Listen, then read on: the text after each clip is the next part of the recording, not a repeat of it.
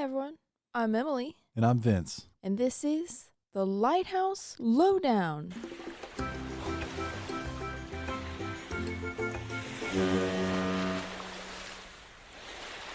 Good timing. One of these days you'll get used to your... No, that was awesome.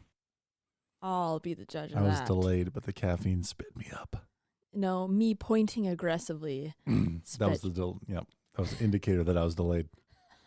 You didn't look ready to me, so I was like, excuse me. All right. This is a very special episode. Mm-hmm. Woohoo! I don't know why, but... Ooh, yeah! Yeah! Yes! Lighthouses! Lights! We are heading over. I don't have a history buoy because this may be a long episode. It's a two-parter that'll be smushed into one episode. So, first half is going to be the history of a lighthouse, and then after that, well, it's a surprise. Okay. Although it'll be like in the title and in the description. So, anyway, we are heading over to Lake Superior, which I don't think we've covered a lighthouse on Lake Superior yet, have we? Yep. What do you mean, yep? We have. Standard Rock? Yep. Damn it. It was a unique thought just now that happened to be debunked. Yeah. Standard Rock. Go look out. Wow. Go look out. Go listen or watch the episode for Standard Rock. We have two. Fred Stonehouse and Carl Lindquist. Yeah, and there's another one where it's just us. So both are interesting. Yeah, I would say so. We're going to Marquette, Michigan. Nice. I have the location on here. Pulled up a map just so you can see the location on Lake Superior. And you can see the line there for Canada. Right down the middle. Yeah, Standard Rock is somewhere middle screen. Just out in the middle. It's like 39 miles offshore. Basically like an ocean. Mm-hmm. All right. So that's where we are. I love Marquette. Nice. Yeah, well, we haven't been there. We need to. We were planning on it, but it's expensive. We've looked at a couple of things. Are you going to talk about the Up 200? What? UP 200? UP 200? I forget. Something Peninsula. Which one? Don't remember. Oh. It's in February. I was talking to Fred and Carl. They talked about us visiting potentially Marquette. Yeah. In February, I believe, they do a dog sledding race. Oh, yeah. And I think the end is in Marquette of the UP 200 mile race. Oh. So pretty crazy, but look that up. That would be cool to see. It'd be hard to fly there in February. Yeah, or it'd be hard to drive, potentially. It'd be lots of cancellations. Anyway, in 1844, ore deposits were discovered at Teal Lake, which is just west of current-day Marquette, leading to the very quick development of the area. And where there's development, there is... lighthouses. Yahoo! 1850, Congress appointed $5,000 to build a lighthouse on the harbor, and they built a 26-foot stone tower with a matching keeper's cottage, and they were separate, so it was just like a lone tower with a keeper's cottage. The usual, but not like what we see today, so it's worth mentioning. A few years later, they added a 6th-order fixed Fresnel lens, and that's all I have to say on that. What was the first lens? I think it wasn't Fresnel lens. It was like reflectors. Okay. Yeah. Hang on. That was 1850s. 1850. Nice. Okay. I'm just trying to keep it in between the lanes here, between the navigational Trying buoys. to get the chronological order down. Mm-hmm. Vince and I are having coffee again today. He got the floofiest, roofy. Wait. I didn't get roofie, did I? The coffee is very girly. It says on it, Emily. Oh my gosh. Yeah, because I picked it up for you like a man. Grande shaken espresso, salted caramel cold foam, whole milk blonde espresso double, 2 pumps of classic syrup, and 1 vanilla bean scoop. Powder powder. Scoop. I don't know what a lot of those things are, but so did you see it online and you were like, "Oh, I'll try that," or no. did you just went shout out through? to Starbucks, not a sponsor, but you can just go on their website and just go on the menu and then click. So this was your own concoction. Yeah, I would never drive through and order this because I'd have to say all of these things. Yeah, speaking it would be it'd be a nightmare. It'd be vile. Yeah. So click. So anyways, we're drinking coffee. Anyway, yeah. Back to it. 1861, Keeper Nelson, I think Truckee is his last name, began working at the lighthouse as a head keeper. And immediately needed to go to serve in the Civil War. So I think he lasted a year and then was deployed. Yeah. And his wife, Anastasia, who also went by Eliza, took over his duties along with raising their 4 young children until his return 3 years later. That's crazy. There's actually another girl power moment in this podcast. So, good. In this episode. Also, it's great that he came back. Yeah. And to be fair, she is registered for those years as the head keeper. So it's not like she just like did his work and then didn't get any credit. She's a hardworking lady. Nice. The stone lighthouse, as we seem to have mentioned a few times. 26 foot tall. Mm-hmm. Was not holding up well to the harsh winter of being along the lake, which is a common problem. So in 1865, $13,000 was appointed for, quote, extensive renovations. I'm not sure what happened, but there's no record of this anywhere that it was authorized to build a new lighthouse. It always says renovations and fixing it up, but they built a new lighthouse. And there's no real, there's no stamp of approval. Exactly. That they were going, like, that they demoed this lighthouse and built a new one. Like, it doesn't say that anywhere. So it's very interesting. It's like, but it was a whole new tower. Yeah, totally new. Now it's a yellow brick keeper's dwelling with an integral square tower. It's a nice way to get a new house. Yeah, so I put up a little picture, 1904. It's really nice. I like the way Marquette is written on that photo. I know, it's very fancy. And it's like someone's handwriting is like legitimate. That. There's like an ink quill going on. Yeah. When you read like the Declaration of Independence, that was just a man writing it. It wasn't like a bunch of 30-year-olds. Go find someone with nice handwriting. It's like everyone had nice handwriting. But is it because lots of them. Was it part of like being educated? Is that they made you have nice handwriting? Oh, I don't think so. I think people just took pride in it. Oh. I don't think people wrote much, actually. I mean, this is all assumption. It's all letters and stuff. But I don't think they communicate with anybody. Like emails. Like emails today are just, it's not the same at all. But it's just technically you're still writing a letter. Yeah. But any communications that were written, I think there weren't many. So when you left your mark, it was significant. And I think it was significant that you would write a book or a letter or sign something like the Declaration. the person writing it, I don't even know who wrote it. Was it John Hancock? I want to say it was Thomas Jefferson. I should know. I don't know. And I don't know. Sorry, American history. But I doubt they knew like the full significance in the future of it. But at the moment, of course, it was a war declaration. Right. And it was Thomas Jefferson, by the way. TJ. U.S. history coming in clutch. That nice. AP history from high school is good job. Swimming around in there still. Yeah. I was so good at physics. That was it.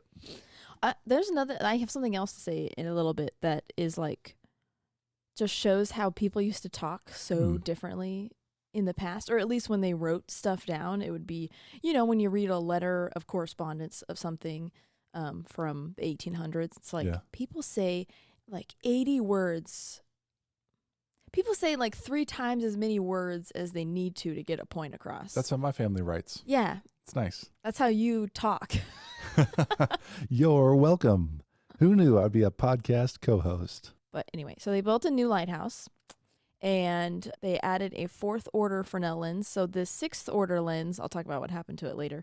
Shortly after that, they added a steam whistle and an assistant keeper's position. Okay, because they had room probably. Mm-hmm. Yeah. And this is what I was talking about. It's a quote from the Mining Gazette. And this was after the steam whistle was added to the lighthouse. People were not a big fan of this new steam whistle. It says, quote, sensitive nerves were tortured again last night by the dismal tooting of the fiendish foghorn. This vociferous nuisance is a necessary evil, to be sure, but that consideration doesn't help to reconcile those whom it keeps from obtaining necessary sleep. End quote. Wow. Who was quoted? That was the that author? Was whoever editor? Was writing the newspaper. That was the chair moving. So, thought that was funny. I like that, yeah. And it's just like vociferous. Complaining in the newspaper about a steam whistle. Like, just so you know, everyone thinks it's annoying. And then Like, what else did they cover? Pre-Twitter, everyone, not everyone, a Yeah. couple people on a train would read that and nod their heads. Yeah, they'd be drinking their coffee like, You go, I know vociferous. it. Very vociferous. 1875, there was a breakwater built with a light at the end of it to reduce storm waves into the harbor. So it's like, you know, Chicago Harbor Light? Yes. It's at the end of a breakwater. So it's basically like they put a bunch of riprap and concrete and whatever else in a long strip across the opening of a harbor, which basically just keeps waves from building up all the way until they hit what? I have one of these I'm going to cover. Really? In the not too distant future. Excellent. Yeah, So. there's a lot of history about this lighthouse. It's called Marquette Breakwater Light. But I think it would be too long to cover along in this episode. Is it still there? Is the breakwater still there? Yes. Nice. And I think the light is still there as well. Cool. Or some indicator, probably. Yeah. The lighthouse a couple times has just been washed off the breakwater, and they just put it back. Like, it just survives, and then they just tow it back and put it That's impressive. on the end. The keepers were in charge of running this breakwater light as well. They had to travel. Oh. I know. And they said that there's enough gasoline to run the light for 8 days before it needed to be refilled. So they didn't have to come by every day, but obviously they were in charge of that as well. Cool. Remember that 8 days for the future. What are you talking about? It may come up again. From in this episode? No. What is going on? You're drawing. Are you covering Marquette Breakwater Light? No. Remember these things in the future. And this is the other wife story I was talking about. Captain Patrick McGuire was keeper from 1882 to 1893. Okay. I love that it was Captain Patrick. He wasn't Coast Guard, right? No. Not 1800 Coast Guard. Mm-mm. Okay. But he must have just... Captain. He's a maritime man. His wife, Catherine, was acting as assistant keeper during this time, and women keepers were not allowed at stations with a foghorn, but it was overlooked since Captain Patrick was apparently highly valued in the USLHS, or at least along the Great Lakes lighthouses. She was allowed to be assistant keeper, and she was actually listed as the assistant keeper during this time, so she wasn't gypped or anything. But Patrick did her a serious disservice because in 1891, Catherine went to Chicago to visit her sisters, and she didn't give proper advance notice that she was going to be out of office. And he told on her at the next inspection. He was like, she did not get express permission to go see her sisters, and she was fired. Which, like, oh my she gosh. lives there. She's going to live there anyway. There's got to be a good story. He's probably like, I'm so sorry. He's like, I've got to be I am a captain. I've got to do report. what's right. And then she gets fired. And he's probably like, oh. He probably wrote it in their logbook. Yeah. And then they're going to look through it. Like, you got to be forthright. But it said that he told on her to the inspector just out of like goodwill towards his job. That is funny. More loyal to his job than to his wife. Committed. He's awfully committed to that job. Yep. And he's like, if you're not going to take this seriously, then you're done. You're done. One of us has to be the captain. In 1893, Captain Patrick was replaced with William Wheatley, who served for 5 years until his untimely death. At the lighthouse? Yeah. Well, outside the lighthouse. He took a sailboat out on the lake with Will Brandon, which I can't figure out who that guy is. Just somebody who was with him. He wasn't assistant keeper or anything, but a squall blew in and overturned their boat a mile from shore. And Brandon made the swim, but Wheatley figured he wouldn't be able to make it because at this time the water was really cold. It was some early month of the year. Uh-huh. And so he just like held on to the boat and waited, like hoping Brandon could go get help. But because of the squall, the boat was blown out like far out into the lake, which the lake. Big lake. Yeah, it's not.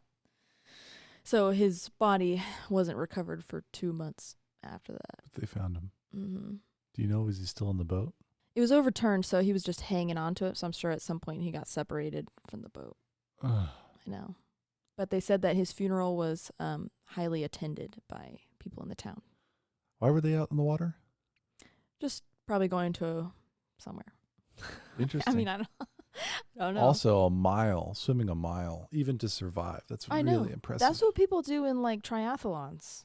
They swim a mile. Where everything's perfect. Yeah. Everything's lined up. And they're starting out their race with a mile swim. Ugh. Scary. I used to be a swimmer, and I only did the mile a couple times, but it was deadly. I actually didn't know that was a distance. That was a race. Mm-hmm. How laps? Do you know? I want to say 44. Oh my God. Wait, let me check. Oh, wow. I've swam for exercise before, and the max I've ever gone is like 20. And that's throughout a whole exercise, not just continuously. Oh, it's 66 laps. Nope. I'd die. I think the 1,000 meter is 44 laps. 44, yeah. Well, good for him. I know. He must have been young and sprightly. But anyway, that's just the loss of one of our At least one of keepers. them made it. That's true. Yeah. Could have been the lighthouse keeper, but it wasn't. Too old. I'm making an assumption there. Maybe he was murdered. Maybe he left him out there on purpose. He just was like, I'm going to swim back now. And this guy I'm going to subject myself to swim back. couldn't even paddle in. Yeah, he probably can't make it, but I can. Interesting. Okay, so that's about 1900? 1890s? Yeah, that was 1898. Okay. So now we're jumping ahead to 1908. They had a new fourth order flashing lens, which had a red flash every 5 seconds. Oh, and by the way, that sixth order Fresnel lens that they had originally at this lighthouse, Yeah, what happened to it? it was given to the Marquette Breakwater Light. So it actually had a Fresnel lens. Interesting. Yeah. And at the Breakwater, I said they were in charge of that light, and there was also a fog signal over there. And so at this point is when they added the second assistant position in 1910. And to make enough livable space, because now there's 3 people generally with families, they converted the lighthouse into a duplex, but instead of cutting it in half, they raised it another story. Like they added another. That's an interesting operation. What is it with people in lighthouses wanting to do fancy stuff with construction? Yeah, it's like moving lighthouses and adding levels. That's what I'm thinking. It's like you could have just built another tiny house there, but instead they raised, like in this picture, you can see the line where they added the second story. That's a lot of material. I know. And it's connected to the lighthouse, so like they'd have to do a bunch of structural work. Maybe the foundations on these, because of where they're at near the water, are so crazy that it's worth it somehow to stay on that foundation. Yeah, like cheaper instead of making more foundation. I don't know. Add more height. That's cool though. So that when this is 1910, circa 1910. Yeah, or at least sometime after that. But it was before it was painted, so you can see the line where they added more height to the lighthouse / keeper's cottage. Looks like they're radio towers as well. Yeah. And this made it 40 feet tall, so the final height of our higher. lighthouse is 40 feet. From what I've seen in my own research of Marquette Lighthouse, this is Marquette Harbor. This is not yet recognizable, so I'm interested to see where this goes. Take another sipper.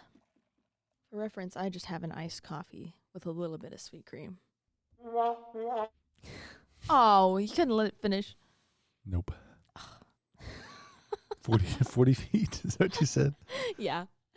That same year, something notable is the 179-foot steamer Looty, I think is how it's pronounced. Leuty.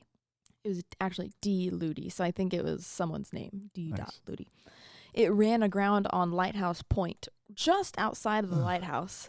And there's some drama here because the keeper at the time, Kimball, he served for 22 years at this lighthouse. He was blamed by the captain of the ship for the crashing of the steamer. And the keepers are instructed to begin a fire for the fog signal when they hear 3 short whistles from any traffic on the lake, which like signifies that there's bad weather out there. And it takes 40 minutes for pressure to build up from this in order to start the fog signal. Yeah. And the crash happened 35 minutes after the boat alerted the keeper. So it was just barely. They did an investigation, and he had heard and started them on time. But it's just 5 minutes too early to crash before the fog signal started going off. So was it the steamer signaled 3 times? Yes. So keeper started potentially the that was fire. the first signal that the keeper had heard. Yes. Yeah, that stinks. Yeah. And then they also started the steam whistle that was on the breakwater light, but they said that they didn't hear it. Can't really blame anybody there. But the keeper at on shore, maybe it's louder on the boat because the water is moving around it. I was going to say, but the keeper on shore at Marquette Harbor Light, which is not breakwater, heard the 3 signals from the ferry, the steamer. Yeah. So one heard the other, but he didn't hear that. Yeah. The remains of the steamer, the wooden remains, are a popular dive spot. Oh, right cool. now. So, and they put a buoy on it for divers to be able to find exactly where to dive to. I would love to do that. I know. Wouldn't that be cool? That's cool. I've always wanted to dive around a shipwreck. That'd be so cool. It's probably quite shallow as well. This was, I want to say 40 feet down. Yeah. Yeah. Cool. It'd probably be creepy. I think it'd be spooky. Anyone die on the steamer? I don't know. It didn't say. Hopefully not. I don't think so because it's pretty shallow. Pretty shallow. 1932, a series, and we actually talked about this before, a series of radio telephones were established to connect offshore lighthouses. And this was Standard Rock, Manitou Island, Passage Island, and Rock of Ages. A side note, Rock of Ages was one of the Fresnel lenses that we showed in that history buoy a few episodes ago. And I was like, Rock of Ages, I wonder what that is. That's weird. Yeah. It's one of these offshore, like super isolated, super segregated lighthouses. Interesting name. Yeah. But these radio telephones connected all of these lighthouses to Marquette. And after November 1st, any mail for these lighthouses were sent straight to Marquette. And then the keepers would read the mail that are supposed to go to the other lighthouses to them over the radio telephone. Oh, cool. I'm like, that's so cute. They're like, we're going to expedite this. Yeah, like we're using not sending technology. Well, it's like, sometimes we talked about it in Standard Rock, it'd just be solid ice out there. There's no way you could get a tender out there. So you just read them their mail from Marquette. I wonder if they sent mail the same way. Send a message from Standard Rock to Marquette Harbor that we need. Yeah. Our rations were spoiled. Yeah, blah, blah, I blah. bet so. I bet they would do that, yeah. Interesting. 1965, the lighthouse was painted its very recognizable red daymark. Boom. Oh, yeah. That's what we like to see. That's a good color of red. Yeah, there's a name for it. I can't remember what it is now. It was like, it's a strange name for the red color. Rust-Oleum makes a red a lot like that. What? Rust-Oleum. It's a paint brand. Oh, Popular cool. one. Yeah, I'm surprised they'd use such a bright color for this lighthouse, the outside of it. We're used to seeing that on. Even the rails. Yeah, I know. Handrails on the walkway. So much fun. A lot of red. I love this color. Like a fire engine red. Yeah, I know. Big fan. In 2002, a 30-year lease was finalized between the Coast Guard and the Marquette Maritime Museum to turn the bottom level of the lighthouse into a museum, and then the second level was to be renovated to its original state when it was first built, I think. Okay. But I'm not sure that they've gotten around to doing that yet. So the second floor. 2002, 30-year lease renovations. Yeah. Okay. Yeah. Oops. Nowadays, it has a white flash every 10 seconds. I couldn't find exactly when the switch was made because the USLHS didn't have a lot of light list information on this one. Okay. But in 2016, the lighthouse was officially transferred to the city of Marquette. So they are now in charge of maintenance and like doing any renovating. That's nice. Yeah. It's nice that it's kind of uncommon, actually. City ownership of the lighthouse. Mm-hmm, that's what I was thinking, too. But the museum, part of the stipulation of this was that the museum would still need to run tours of the lighthouse. Mm. What kind of tours, you ask? We have two very special guests that we are going to interview that can tell you all about it. Nice. But just a warning, it's going to be spooky. Oh, that's the part 2? Yeah, well, actually, we're just doing it right now. Oh. You're ruining it. It's These supposed to be buttons are spooky hot. and serious. Hot buttons. We go. We got sound. Hello. Hello, can you guys hear us okay? We can now. Awesome. Yes. All right. Excellent. Hello. Hello, how are you guys doing? Good. Good.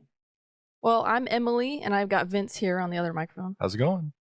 Hey, Vince and Emily. Nice to meet you guys. Nice to meet you. So I'll just get started by telling you just a very short little amount about what our podcast is. So we're a history podcast. We talk about, it's usually one episode. We talk about one lighthouse, and we'll talk about its history and what it looks like and anything, like any current events going on. We just covered the Marquette Harbor Lighthouse, and so we intentionally didn't research or talk about any of the spooky things about the lighthouse, so we're hoping you guys can do that for us.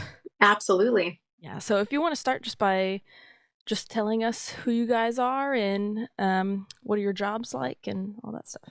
Well, I'm Trish Kautz, the founder of Yooper Paranormal, and I just kind of do the paranormal thing, and Susan and I do the paranormal lighthouse tours together.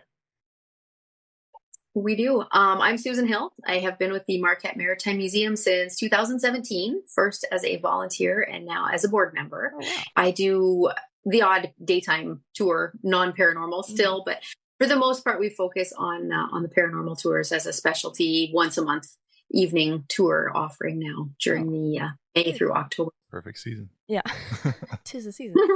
So Yooper Paranormal, is that like people contact you if they think something's going on and you investigate? Yeah, absolutely. People that, if they feel they have something going on in their home that they can't explain, or even businesses, they'll message me or contact me on the Yooper Paranormal Facebook page, and then we'll go over and use some equipment, see what we get, and see how we can help. Very cool. So how did you end up at the lighthouse? Well, Susan, hey, that's true. So I, when I first started off with the Maritime Museum in the summer of 2017, I was doing Tuesdays, so 3 daytime tours on Tuesdays, and nothing really overly spooky happened that first summer until the very last day of the season that we were open. It was mid-October, and it was my last tour of the season, the last tour for the whole thing of the season, and I was locking. You've obviously looked at pictures of the lighthouse. Mm-hmm. So there's the tower, the door at the bottom of the tower, and then the spiral staircase that goes up to the second floor. And there is a man door that opens inward onto the second floor of the lighthouse. And that is usually closed. We don't access the second floor on our tours because we're currently working on having some renovations done. Okay. There's been a bit of ceiling damage and whatnot that we're hoping to have rectified. Anyway, so I had closed the door. I'd left my tour out the back door looking at the view while I ran in and secured that door at the end of the tour. So I had closed the door and I was barring it with the 2 2x4s that we keep there it's our advanced security system. But anyway, I closed the door. And as I was barring the door, I heard that man door at the top of the tower stairs creak. Oh, no. And my brain is going, oh man, it's really windy outside if it's blowing up the tower and moving the door. And then that door slammed. And I'm talking, it slammed. Like I can't slam a door that hard. It just bam. And then my little brain is going, this door's already closed. That wasn't the wind. Yeah. I can't explain it. I'm kind of feeling a little sick, like I'm panicky. Yeah. And I that second 2x4 down and I ran out of the lighthouse. Like I couldn't explain it. And in my mind, there was no such thing as ghosts at that point. Mm-hmm. I told a little ghost story as part of the daytime tour, but I wasn't a believer in ghosts. So that's the fun story. I really was kind of skeptical when I first got on board with the lighthouse. So I go running back down to the Maritime Museum, and Hillary Billman, our director, was there. And I said, Hillary, the door just slammed by itself. There must be open second floor of the lighthouse. So we need to go back up there and close that because that doors don't slam on their own. And she looked at me and she smiled, this knowing smile. Mm-hmm. It still gives me when something freaky happens. And she says, come on, Susan, let's go back up and we'll close the window, she says. And I'd never been on the second floor of the Marquette Lighthouse before this moment. So that was really cool. I was excited to go up there. And so up we went, and it's uncomfortable on the second floor. Something doesn't want you up there. Mm-hmm. The energy, you go up there, like it's your fight or flight response kind of kicks in, and there's more ghost story to come with that. But anyway, we went room to room, and I'm looking for the window because I need to close it because it blew the door closed in my mind. There was no windows open. This is 10 minutes after that happened, so it was pretty quick. Nobody else had been up there. And that door that had slammed so hard was open again. Oh. It was creeped out. So Hillary, bless her heart, actually tied that doorknob to the tower stair railing for the following year so that it couldn't slam like that and freak anybody else out. So onward to 2018, the city of Marquette was constructing Lighthouse Park, and they were doing some demolition and some paving and a lot of action in the Lighthouse area. And fun fact, construction can really ramp up paranormal activity.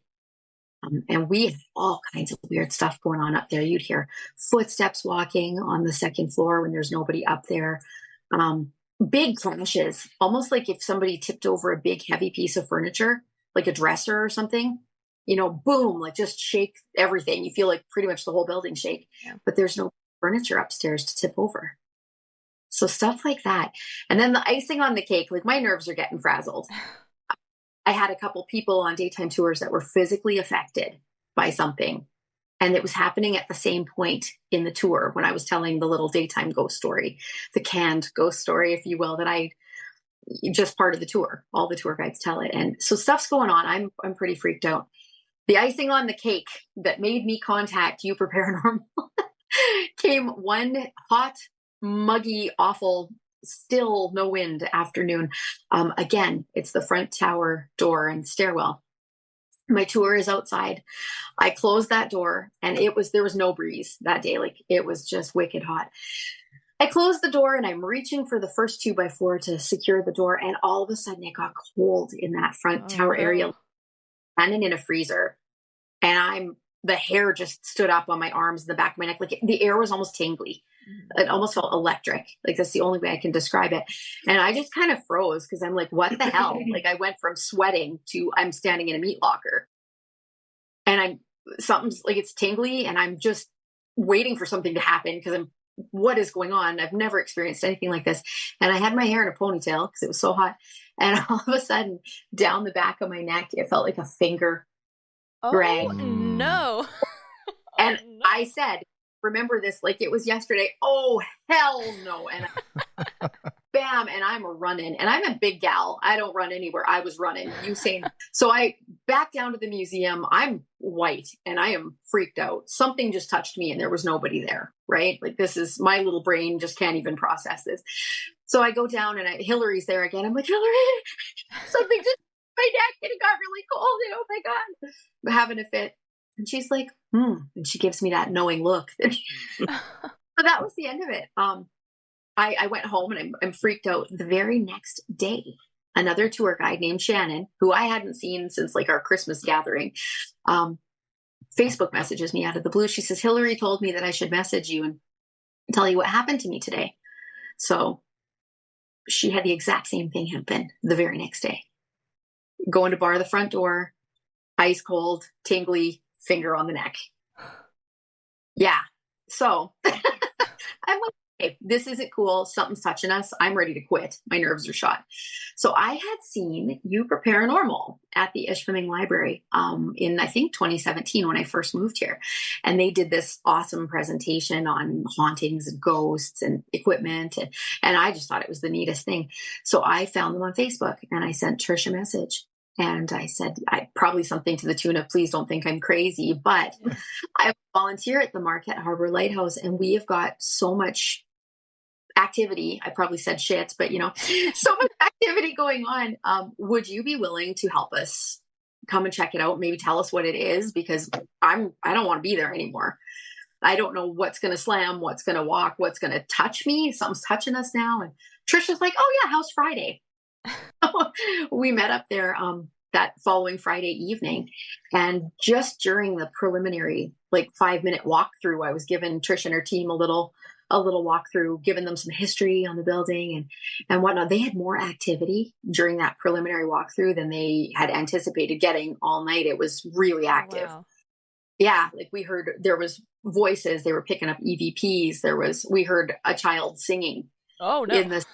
Oh yeah. Trish just had the most amazing disembodied scream that she captured up there on video on Saturday. Check out the Yooper Paranormal Facebook page. You can hear it without headphones. Yeah, super, super cool. Yeah, so during the preliminary walkthrough, Trish was like a kid on Christmas morning, like so much. And so she came back again and she brought more equipment and got tons of evidence. And then COVID happened and the lighthouse was hurting financially because we're strictly volunteer based, and we couldn't take nearly the number of people through on our daytime tours. So we were trying to come up with an idea to make some better money, help out. And I said, why don't we do a paranormal tour? Because people love that stuff, right? Yeah. Everybody likes, ghost shows on whatever. And so I reached out to Trish and she's like, that'd be cool. And we did our first one, I think in 2019. Started them in 2019, maybe even a little before COVID. We took a run at that, did we? I guess we must have. I think so. Yeah. Okay. And then ramped it up and did it regularly during COVID. But it was a huge hit and sold out well in advance. They usually sell out the month before. And we only take 10 people maximum because we want people to have a unique and authentic experience. And if you have too many people, you're not going to hear stuff that's happening. So 10 is kind of the maximum because, footsteps and stuff, it can be hard to hear if you've got too many around and they're chatting and whatnot. So that is how Trish and I came to, and then we just hit it off and became great friends. And one night she's like, hey, these people are having some weird ghost activity in their house in Nagani. Do you want to come with me? They're seeing a child crawl out of the ceiling. And I'm like, oh, wow. Oh my gosh. I'm like, oh, okay. Yeah. Let's do that. So a beautiful friendship was born. Yeah, that'll bring you closer. Yeah. I'm going to make her go on all the haunted things with me, even if she's kicking and screaming. Yeah, I'm a chicken. I'm not very good at that. But well, that's amazing. So do you usually get a lot of activity on these tours, or does the large group kind of scare them off? No, they our ghosts are extremely intelligent and we have a great working relationship. And this is going to make us sound crazy. But we'll go in there, and Trish usually goes in about an hour before the tour and sets up equipment and whatnot. And she'll, they know why we're there. We've said, we're doing this as volunteers. We're doing this to make money, to fix the upstairs ceiling. We're doing it for you guys, because if this lighthouse falls down, you have nowhere to haunt. So help us help you. If you could slam a door, if you could, make a little noise, walk around, interact with our equipment a little bit, then these people are going to tell their friends and they're going to come on a paranormal tour and we're just going to keep making money and we're going to be able to do these repairs. So thinking back to like the late 1800s, a lighthouse keeper was making about $400 a year, $450 a year.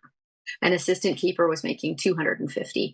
And I'm telling them, these people are paying $25 each to come up for, an hour and a half, 2 hours. Yeah. So help us help you. And they're awesome about it. They will.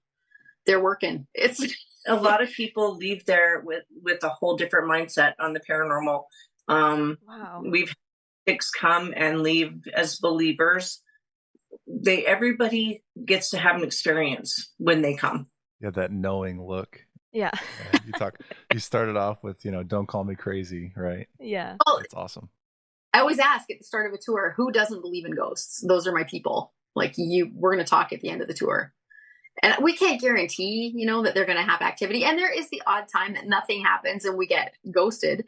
But for the most part, they're really good at doing something that the guests can't explain. But even if they don't have, say, a paranormal experience, just Susan telling the history of it, people are just loving that. They love hearing about the former lighthouse keeper or when it was built, what happened there. Yeah. We try them to, I'll tell a few stories on the way up. Usually, I'll pick them up at the museum and walk them up and I'll tell, my top few ghost stories and I'll introduce them before we go up to the 3 major player ghosts that we interact with the most and who we hope they're going to meet tonight. And give them a little bit of housekeeping information as well. You're welcome to take pictures. You're welcome to take video. Please turn the ringer off on your cell phone. One of our ghosts does not like people answering calls in that lighthouse. Interesting. And he scared the holy hell out of a man a few years ago who kept taking phone calls. And it was probably my favorite ghost story of yeah. the best lesson in cell phone etiquette I have ever witnessed. It was glorious. I was ready to throw the guy's phone in the lake by the time this happened. A well-deserved scare. It was. So we gave him a little, this is hoping, we're hoping you're going to meet these three tonight, or one of them, maybe. We'll see who's around. But they kind of have an idea what's going on before we get up there. And then anything that happens, be it, Trish has some really great equipment that, especially our little child ghost, David, absolutely loves anything that lights up. Trish always has really good luck with the stuff that lights up. He'll run down her string of EMF detecting lights and show the guests how fast he is. He loves it when the tour sings for him. So we'll sing row, row, row your boat. And we actually have footage of Trish had her SLS camera there for a tour. And Trish and the tour had the SLS camera at one side of the room, and I was standing over by the door. And we were trying to get David to come and stand with me for a picture. And the tour sang for him. And sure enough, there's a little stick figure beside me on the SLS camera. Gosh. He held my hand. He waved at Trish when she asked him to. And you guys can actually watch that on YouTube if you look up Yooper Paranormal. Trish Kautz on YouTube. There is a clip of that was taken right off the Facebook Live as it happened. So wow, that is crazy. Yeah, amazingly attractive. David is my favorite little ghost. I know you're not supposed to have a favorite, but he's always willing to show the tour how fast he can run, and he loves toys. And he rolled a truck for us one night, and oh gosh, he loves to sing. We've had EVPs of him singing in the stairwell, and Trish always leaves recorders going throughout the lighthouse. So even if we're not in the room, she's going to pick up whatever's going on in there. It's really neat. So we've got a great EVP of, we're in one room talking, and this recorder was in the next room, and you can hear someone scream, "Get out!" And I would have died. No.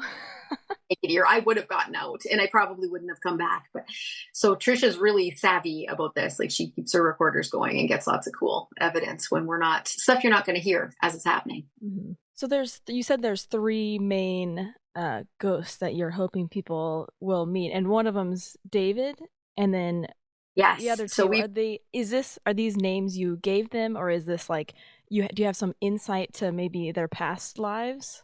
Absolutely. David is the only one we don't have the origin of, and we got his name through him giving it to us through various equipment, as well as different mediums that have read the lighthouse.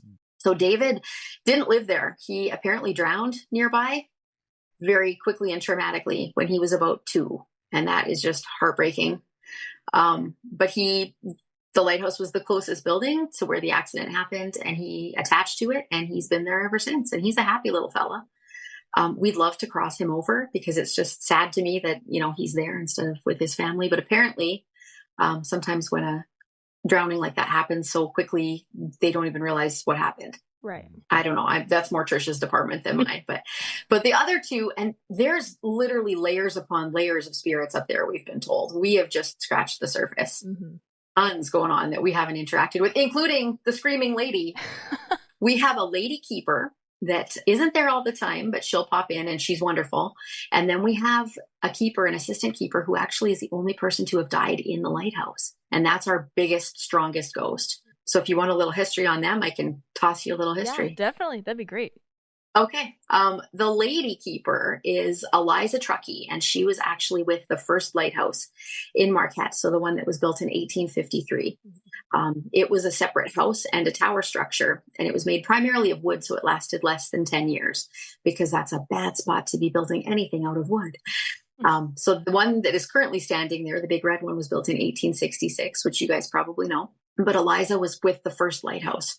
Her husband, Nelson, was the keeper. And they lived there with I believe, 4 children at the time. Nelson felt the call to go fight in the Civil War, and off he went. He left Eliza with 4 children under the age of 10 and expecting number 5. And she became the acting keeper for 3.5 years. Mm-hmm. So at that point, the wick on that lens had to be trimmed every 2 hours at night, if you can imagine, and not fueled up.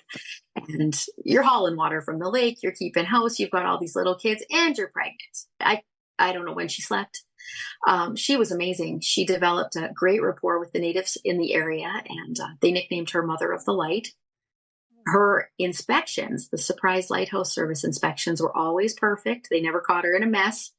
or disorganized. And yeah, she did a whopping good job, not knowing if Nelson was alive or dead most of the time. Right. So when he finally came back after the war, he had taken a musket ball to the leg and could no longer be the keeper. So you'd think that she would be the logical choice for a replacement because she's just done it for 3.5 years perfectly. But the U.S. Lighthouse Service told her that a woman cannot possibly be a lighthouse keeper. Yeah. And they gave the job to a man with no experience. Man. Yeah, that irritates me every time I tell that story. So Eliza, she likes the tourists and she loves to watch the tours, and she'll pop in and out. She's not there all the time, but we recently, probably a month ago, had 4 of Eliza Truckey's great-great-granddaughters visit us. Wow. Right? How cool is that? They contacted the museum, and the museum contacted us, and we met them and gave them a private tour. And because Trish has had really good luck talking to Eliza with her equipment. So Eliza, sometimes she really likes Trish. I don't have much to do with her.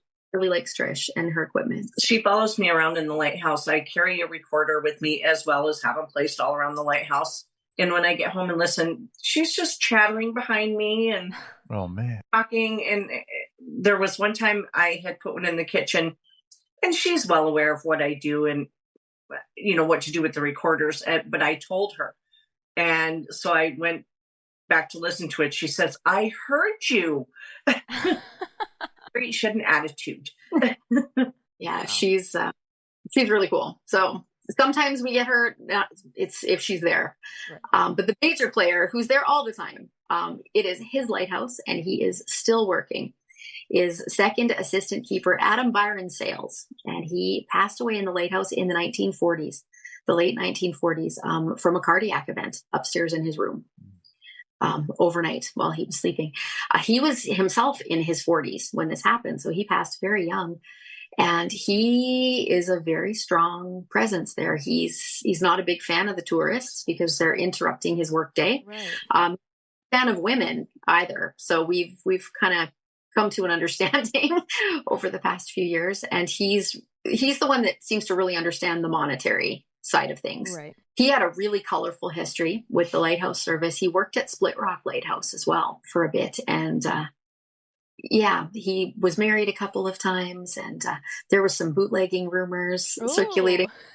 Yeah, I've read through all his letters between him and the Lighthouse Service. He was an interesting character, but in poor health as well. He was a type 1 diabetic and often ill and whatnot. So he's still there and he's working. And if he's in the mood, he's told us how he passed. We've got an EVP of him telling us heart.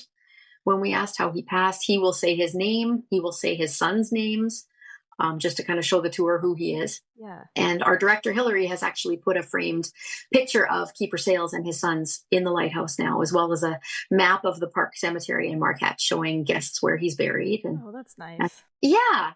So he's very, very strong. Nobody slams a door like Keeper Sales. So there's one tied up shut and one has been removed from the hinges to stop that from happening. It's like, you don't get to do this anymore. He really understands economics. It's really hard on your nerves, right? When you're standing there and a door just bam.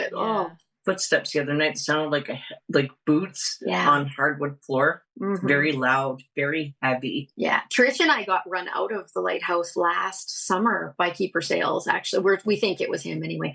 We were going to stay late and investigate after one of our tours. And he gave us a lesson in, I don't want you here and I'm going to scare you right out of this lighthouse. So he sure did. Schedule. Yeah. As we were leaving, like a flurry of activity happened that just, I've never been so scared in my life. But as we were hustling out the door, because we were done, I was just about to close the door. And from the basement of the lighthouse, we heard a man's disembodied laugh, like, And nothing rattles me really, but that did. It did. And Trish looked at me and she's like, did you hear? And I said, yep. And we booked it down those steps like something was chasing us because it felt like something was. He was having a wonderful laugh at our expense. Oh, yeah. Huh. I was never going to go back in the lighthouse again that night. I was done. But here we are. So, yes, I keep coming back. Susan, do you think it was him that touched your neck that day outside of the door? Yeah, absolutely. So fun story about that. We actually had a medium confirm that for us. I thought for a couple of months after that happened, I thought the other gal that got touched is a huskier gal as well. I thought he's got a thing for the plus size ladies. He's getting fresh with us. And Trish had told me to go in and tell him, you don't have my permission to touch me. Do not lay hands on me again. And I did that, and he's never touched me again. Oh, wow. A medium was communicating and reading the lighthouse, and he told her that he was trying to push us down the stairs. He thought it was funny. I went in there after I heard that, and I was mad. You don't try to push people down the stairs. How rude are you? I was slightly offended as well. Yeah. Want some company. Yeah. Yeah. Wow. I thought you found me attractive, and I guess not. You never know how people express themselves. Right.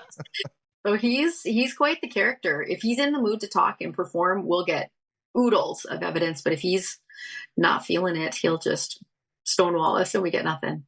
So can you always tell who is visiting you during the tours? Like, is it like a trademark for some of them to be doing something specific? I think he's the one that we hear the boots Walking. most of the time. Yeah, we'll hear him walking. He'll talk to us as well. Like if we get, when he shows up or when he wants to talk, everybody else kind of backs off. Like he's so strong that the rest of them seem to, just kind of defer to him when it's his time to talk. I think Eliza, I feel like I can feel her around me. It's like a feminine energy. And like if I listen back, I can hear her talking to me. And I think she likes what we do, I think, because we're women, probably, Yeah. And David, I have a great rapport with little David. Him and I get along wonderfully. And he's always in the basement for the most part. If we go down there and there's lights and toys and stuff, that's where we're going to get him interacting. And his energy is really warm and it's tingly. And you can feel him around you. It's the neatest thing. And he'll move around the tour. He's curious about people. Somebody might get a little pinch or their hand grabbed or just feel like almost warm air swirling around you. Mm-hmm. We always tell them to watch for the spider web feeling as well, because that can, granted, there are some big spiders up there, but if that spider webby feeling, that can be paranormal energy moving around. So is there anything specific that you have to do on your tours that elicit a response, or is your presence alone enough? Yeah, we don't really have to do anything. They're always there, pretty much. If they don't want to talk to you, they don't. Yeah, it's definitely, it's not a command performance, but they know, we're up there. We only do it once a month. We tried once a week, the one summer, and they didn't like it. Like they were seemed annoyed almost. Yeah. It for them, and they just started ghosting us, and so we backed it off to once a month, and they seem to tolerate that pretty well because they've got 3 daytime tours coming through as well that don't focus on them and aren't trying to communicate with them, but it's still an interruption in their day. And when we go in before the tour, or I'll spend an hour with them, and I just tell just kind of remind them that we're going to have people coming through here. I hope that's okay, but they're doing it because they want to learn about you. They want to learn about the lighthouse, but they're also paying money to do it, so they get something out of it too. And I feel like they respond to that, like that we acknowledge that they're not like people aren't there to mock them or make fun of them or anything. And I do think they like that we respect them. Right. Very much. Done in a very respectful, non-provoking manner. Yeah. And we're very careful about who comes in and how they act. Yeah. Other paranormal teams, some of Trish's friends, paranormal teams that she's friends with, have come in with her.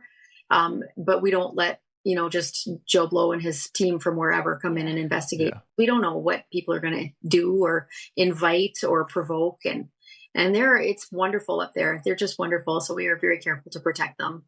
That's good. That's awesome word. So Trish, it sounds like you said you spent about an hour setting up your equipment.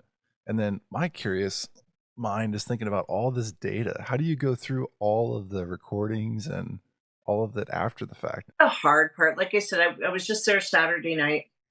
And what I'll do is we got that scream. And so that's the first thing I wanted to check out was what I caught it on. That way, that was the highlight of that night. So I already know I have that. I listen back, I can hear it. So then now I can take my time listening to the recorder. So I'll just, while I'm cleaning the house, I'll throw a recorder on, listen to it while I'm cleaning, or when everyone's asleep at night, because I have adult children that won't move out. So I have to, yeah. But it is daunting sometimes. You literally start falling asleep from the white noise from the recorders. And it's hard to go through literally an hour without wanting to go to sleep. Yeah. Got to take that work home with you. Yeah. And then you guys are close, it sounds like. So you get together and kind of talk about what's going on with the analysis and maybe what you heard that month on the tour, or does that just kind of come up in natural? Susan can't come for whatever reason. I'm messaging her. We heard this. We heard that. Yeah. This weekend was a great example of that. The Maritime Museum and Lighthouse we did our big Halloween fundraiser that we do every year. It's called the Ghosts of Lighthouse Point. And we do it for 3 nights. And it's all volunteer driven. So the entire grounds of the museum and lighthouse are set up with different stations of volunteers portraying historical figures, but the ghost version, and just some spooky, creepy Halloween fun like werewolves and whatnot around. And we have tours that go every 15 minutes with volunteer guides that are also dressed up and carrying spooky lanterns. And so they'll take people all over to each station, and then the pinnacle is coming up to the lighthouse and coming through. So this year we had a couple of volunteers portraying Nelson and Eliza Truckee. Oh, cool. And yeah. And then a man portraying Keeper Sales yelling, "Get out of my lighthouse," from the dark. And then they come to the tower at the end, and I am on the tower stairs all creepy and ghosted up and either being a crazy woman or with a cardboard sign that says "Kissing Booth, 2 souls, no refunds."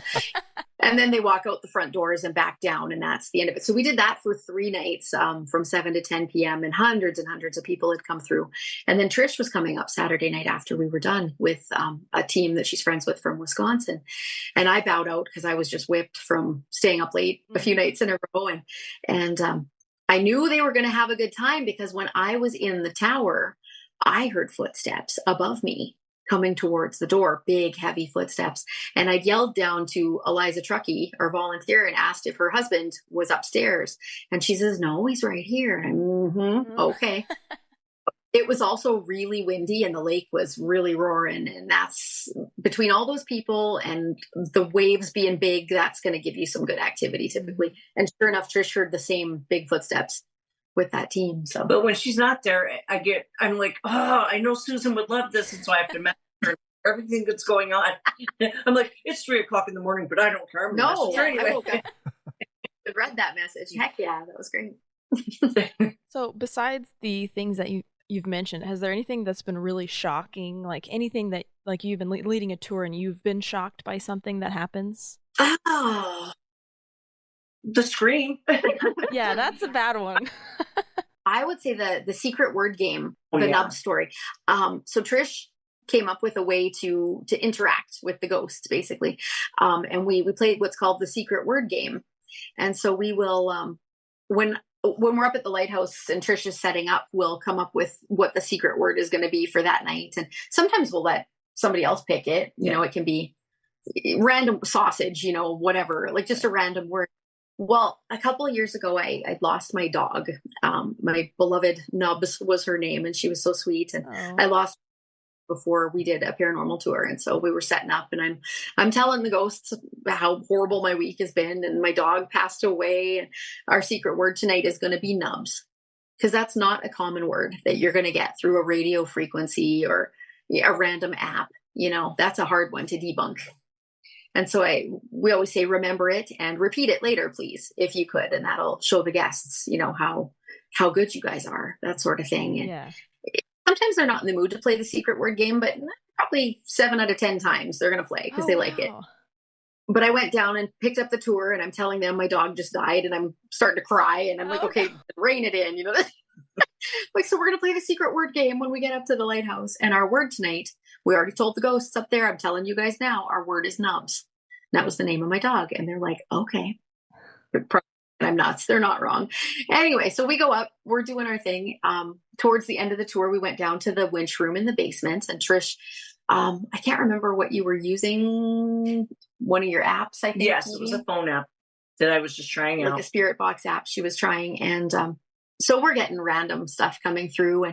And she said, do you remember the secret word from earlier? Can you say it? And we're getting garble, nothing, you know, and she asked again, and I had my phone out and was doing Facebook Live, and sure enough, right on Facebook Live, nubs comes through. Clear as anything. And I, of course, am like, happened live on Facebook, you know, so we cropped that down, and that's on the YouTube channel as well. Okay. But interesting enough, we heard them say nubs 4 times that night in different spots in the lighthouse with different equipment.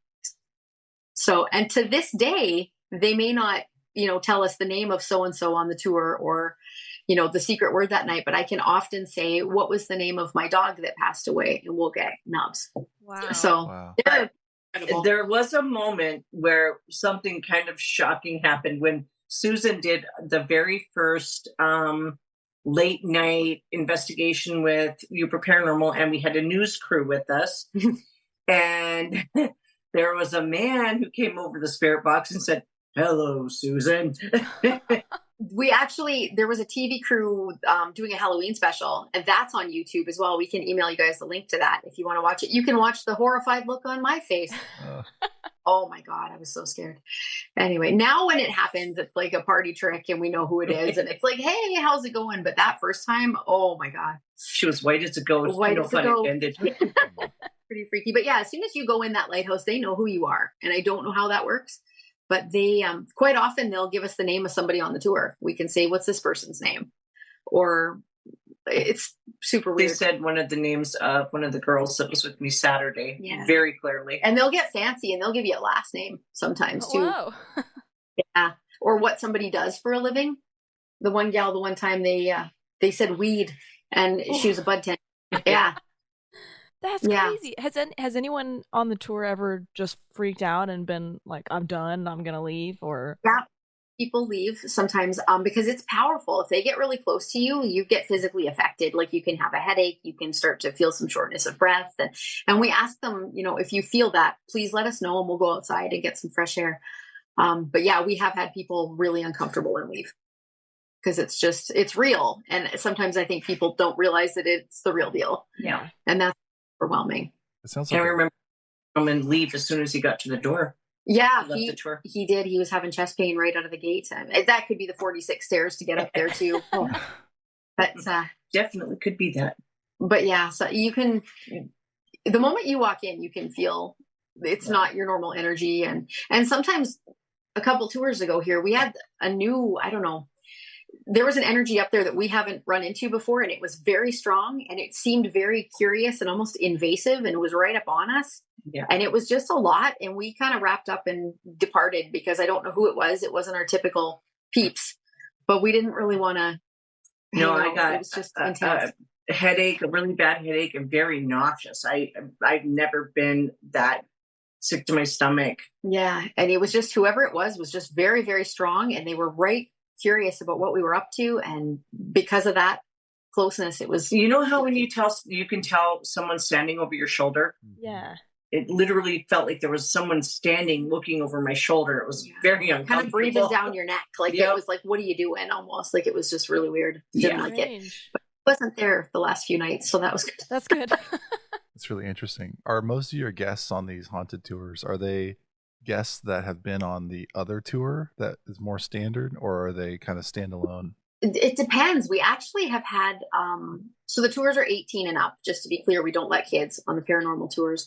A lot of people have come specifically to town for the paranormal tour. We've had some people coming in from out of town just to do that. So we always recommend that they visit the Maritime Museum the next day, you know, and grab a daytime tour if you want the more history as well. But we do have some locals that come up as well. And we have some locals come up for the paranormal tour that have never done a regular lighthouse tour there, and they live there forever. Well, a lot of them, they see it on Facebook on the Yooper Paranormal page, and they're like, "Oh, I want to try that." And then some of them come back every time.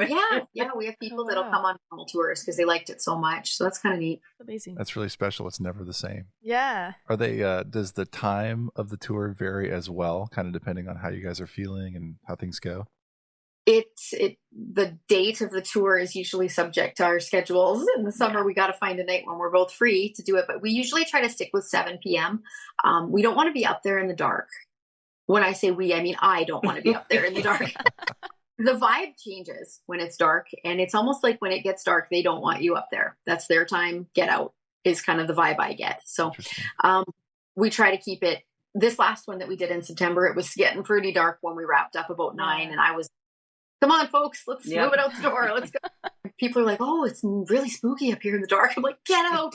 We got, because I don't want them to have that maniacal laugh experience that will make them have nightmares for weeks. You know, I don't want to scare them to the point where they tell people not to do it. So we try to keep it to early evening. Seems to be a good time. But some of the coolest stuff I've seen up there or heard up there has happened in broad daylight, Tuesday afternoon. Like, it's nothing to do with, it's neat. I mean, they're there during the day. They're there at night. Yeah, they're there all the time. All the time. So yeah. But it's neat when you walk in and you hear a closet door slide open, but you know, you're the only people in the lighthouse and there's no one in that room. And then you go into that room and you close the closet door and you're like, that was neat. That sort of thing. We had a group of guys that came, they were standing in front of the door when they heard the loud knocks coming from the closet. Yeah, 3 big boom, boom, it scared them a little bit. Oh, that one guy was almost hanging onto my leg like a koala. It was great.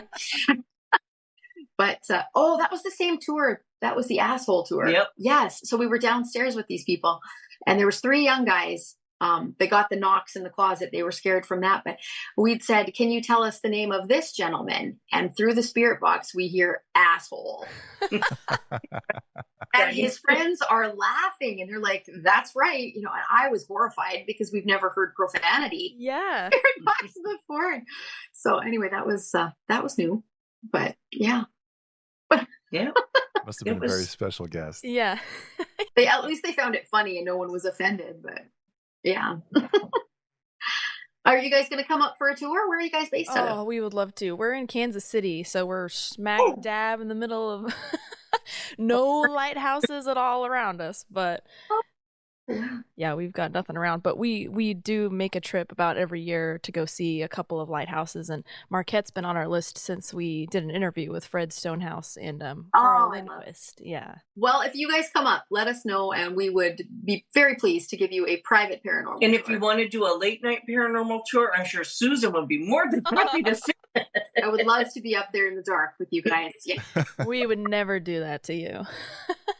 You guys want? Yeah, but no, come on up. We'll take you through and introduce you to our ghosts. That would be amazing. Yeah, we love to cover all of the haunted, the spooky stuff, and there seems to be so many instances of haunted lighthouses and spooky things going on. And Vince and I have talked about on the podcast, it's like, you know, lighthouses are for guiding people. They're for bringing people to safety or keeping people away from stuff. And so we talked about, like, when people pass on and they hang out, like, they're drawn to the lighthouse because it is a point of guidance for people. And maybe that's why it's so common for lighthouses to be somewhere where they may have permanent residence. I like that. It's cool. I would have never thought of that, but yeah, it makes sense. It's awesome. But see, ours now, I don't know about other lighthouses, but ours, it sits on a quartz hill. It's got that powerful lake right there.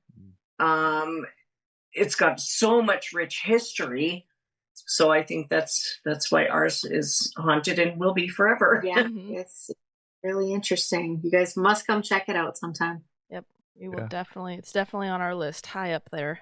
Appreciate you doing the work. Sounds like Marquette's full of special people. I mean, we're talking with the other 2 gentlemen and then hearing from you guys about all the volunteering efforts. And of course, the story with every lighthouse today is all the maintenance and all the significance. But culturally, every lighthouse that we look at, there's always a good story. There's always something interesting. Lighthouse tourism, I mean, we're a little bit biased, right? But seems to be growing and learning more about it. So it's really awesome. I had no idea. I moved here from Saskatchewan 6 years ago. And so I'm also from no lighthouses, no big water. Yeah. And I think that I fell in love with it at first sight and wanted to volunteer and be a part of it. But Fred Stonehouse, you guys know what a treasure he is. So he is the chairman of our board and just, a tireless spokesperson and wonderful man as far as maritime history and that lighthouse. He's a treasure. Well, thank you so much, very, very much for doing this for us. We are very happy to get to talk to you, and we're going to post this the day before Halloween. So hopefully our listeners enjoy some spooky content Awesome. Are we able to listen to you guys on any streaming or where? Yep. We're on anywhere you listen to podcasts. We're Apple, Google, Spotify, Pandora, all of that. We also have YouTube where we post pictures as we're talking about anything to do with the lighthouse, so people watch that as well. Awesome. If you send us a link, we would love to check it out. Absolutely. And you guys have your Yooper YouTube, right? As well as... Yes, Yooper Paranormal. You'll be able to see I've only put a handful of videos up there just for lack of time, but he does all the techie stuff for me is up there. Yeah.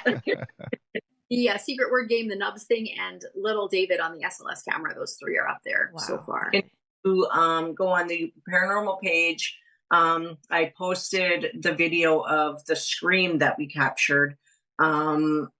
It tells you when it comes on. So yeah, it says I did put earphones recommended or whatever, but everyone's told me I can hear it without it. So that's super scream like that. I've never heard anybody scream up there, so that was new. My son happened to come with me because he was helping me film some stuff for another event thing, and he was standing out in the hallway, and he was actually the one who heard it first and scared the bejeepers out of him. That's awesome. Well, I'll include some links. But yeah, I think that's all the questions we had. Okay, well, it was lovely to meet you both. Thanks for having us on. So nice to meet you. Real pleasure. Thank you both.